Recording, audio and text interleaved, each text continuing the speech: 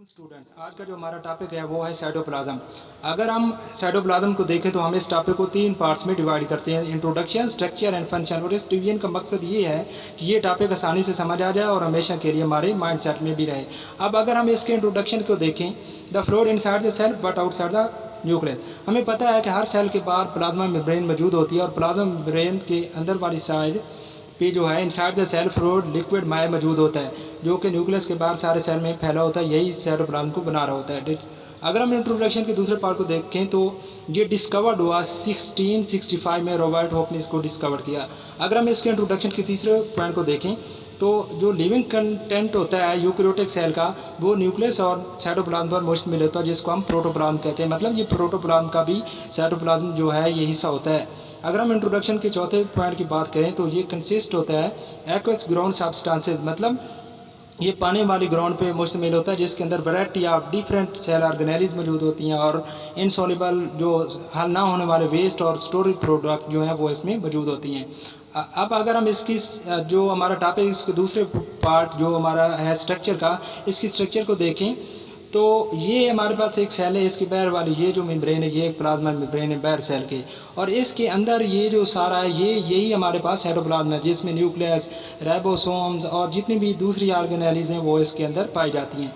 अब हम स्ट्रक्चर के पहले पॉइंट को देखें तो ये जो हमारे पास साइटोप्लाज्म है ये सोल्यूशन बनाता है। क्या करता है? ये सोल्यूशन बनाता है जिसके अंदर फंडामेंटल मालिक्यूल होते हैं लाइफ के, जिनकी के जो बुनियादी मालिक्यूल हैं वो इसमें मौजूद होते हैं। और जो सोल्यूबल पार्ट होता है हमारे साइटोप्लाज्म का, उसको हम साइटोसोल कहते हैं। सोल्यूबल पार्ट ऑफ साइटोप्लाज्म जो है वो साइटोसोल कहलाता है। और इसमें अबाउट 90% जो साइटोप्लाज्म है वाटर होता है। 90% जो वाटर है वो साइटोप्लाज्म को बना रहा होता है। अब अगर देखें हम तो जो इस साइटोप्लाज्म के अंदर मालिक्यूल्स होते हैं छोटे और बड़े, वो इसमें सोल्यूशन बना रहे होते हैं। जो छोटे मालिक्यूल्स हैं वो यही जो 90% जो वाटर है साइटोप्लाज्म को उसका इस्तेमाल करके ट्रू सोल्यूशन बनाता है। अब ट्रू सोल्यूशन क्या है? अगर हम पानी में जो नमक या शुगर डालें और उसको हिलाएं तो हमारे पास एक सोल्यूशन बन जाता है, और ये जो शुगर और नमक है, साल्ट है, ये हमें नज़र भी नहीं आ रहे होते। ऐसे सोल्यूशन को ट्रू सोल्यूशन कहते हैं। और जो लार्ज मालिक्यूल है वो भी साइटोप्लाज्म में मौजूद होते हैं और वो भी इसका 90% जो वाटर उसका इस्तेमाल करके सोल्यूशन बनाते हैं, जिनको हम कोलाइडल सोल्यूशन कहते हैं। कोलाइडल सोल्यूशन क्यों? क्योंकि लार्ज मालिक्यूल इसमें मुकम्मल तौर पर हल नहीं होते, वो नज़र आ रहे होते हैं, इसलिए इसको हम कोलाइडल सोल्यूशन कहते हैं। और ये जो कोलाइडल सोल्यूशन है ये सोल भी हो सकता है और जेल भी हो सकता है। सोल का क्या मतलब है? नॉन विस्कस, गाढ़ापन ना होना, और जेल क्या है? विस्कस मतलब गाढ़ा होना।